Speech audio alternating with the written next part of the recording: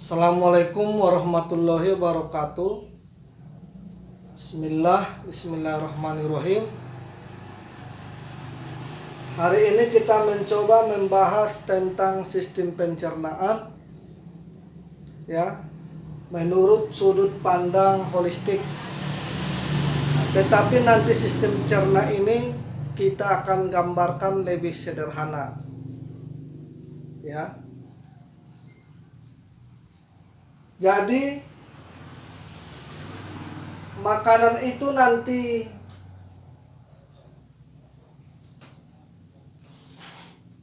makanan.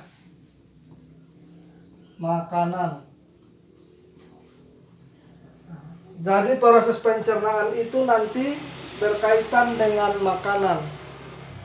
Makanan itu nanti diawali dari mulut, tenggorokan, kerongkongan sampai ke lambung. Dari lambung nanti turun ke usus kecil, ya. Berarti ini kaitannya ke makanan.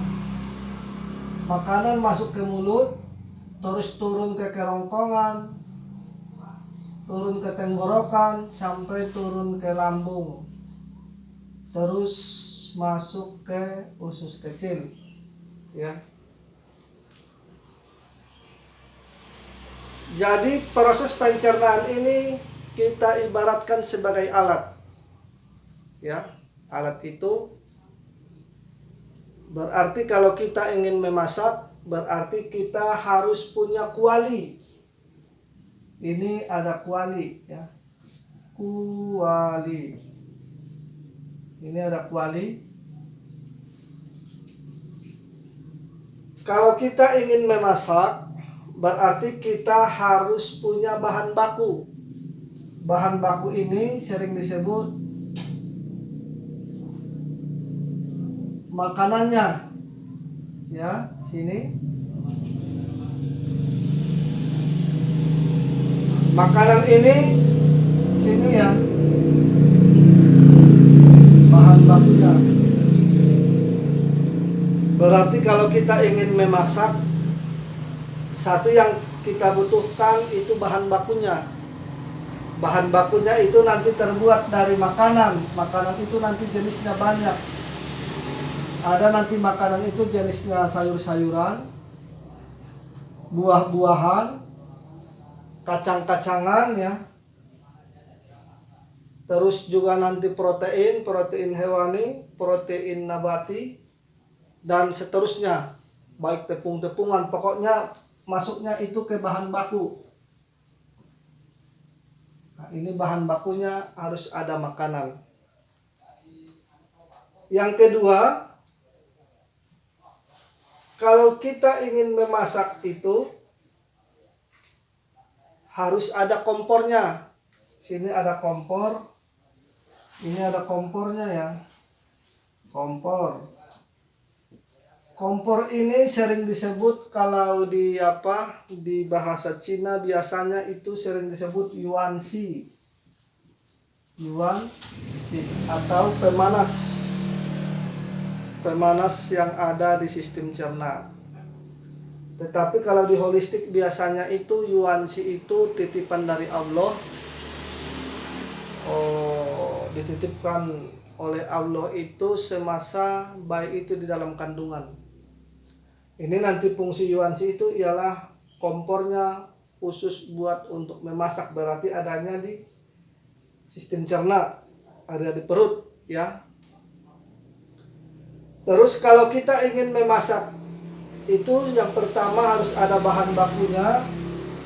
Yang kedua itu harus ada cairannya atau air.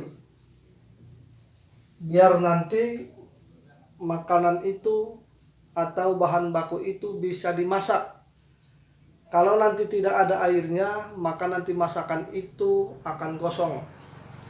Maka nanti kalau makanan itu jadi gosong, ya kualitas makanan itu nanti akan jelek, ya. Maka ditambahlah nanti cairan. Nah, cairan ini nanti fungsinya untuk membantu atau memudahkan di dalam pemasakannya. Nah, ini yang perlu diperhatikan nih. Ini satu, harus ada bahan bakunya. Yang kedua, harus ada cairannya. Yang ketiga itu harus ada kompornya untuk memasak, ya. Setelah nanti makanan itu dimasak,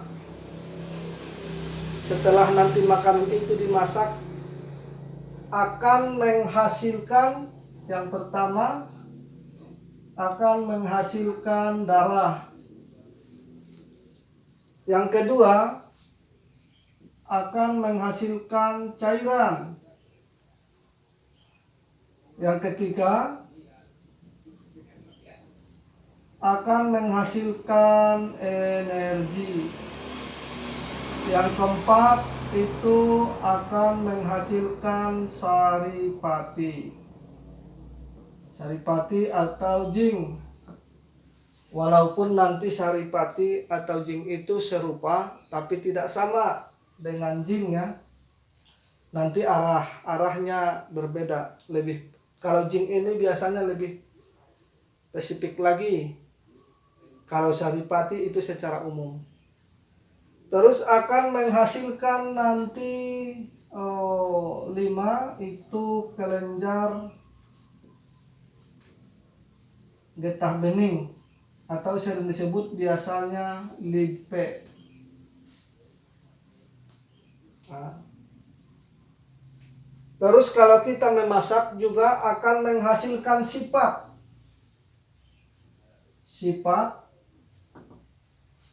Yang pertama nanti sifat yang akan dihasilkan dari pemasakan itu ialah sifat panas. Terus yang kedua akan menghasilkan sifat dingin. Yang ketiga akan menghasilkan sifat lembab. Yang keempat akan menghasilkan sifat kering. Terus nanti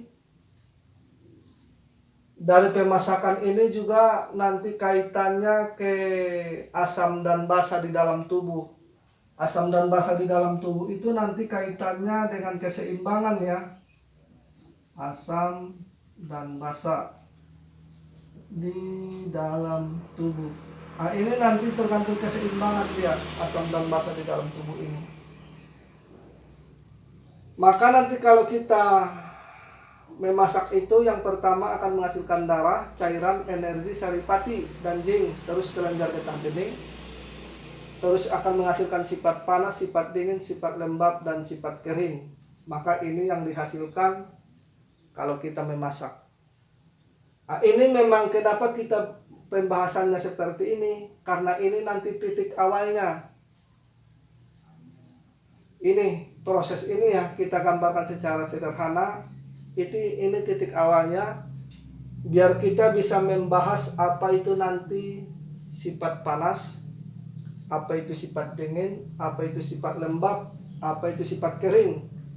Terus ini juga sifat ini juga bisa kombinasi, ya. Kombinasi ini nanti bisa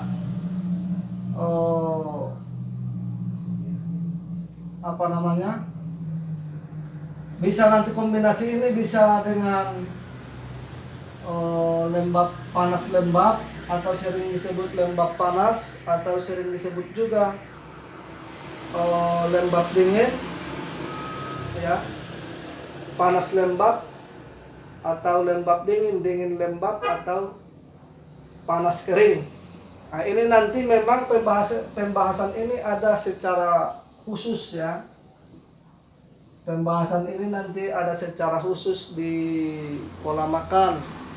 Tapi nanti kita ulas dulu sifatnya secara satu persatu. Ini nanti ada kita bahas secara lengkap, ya, yang berkaitan dengan sifat. Terus nanti ini juga darah ini nanti pembahasannya juga sangat panjang nih.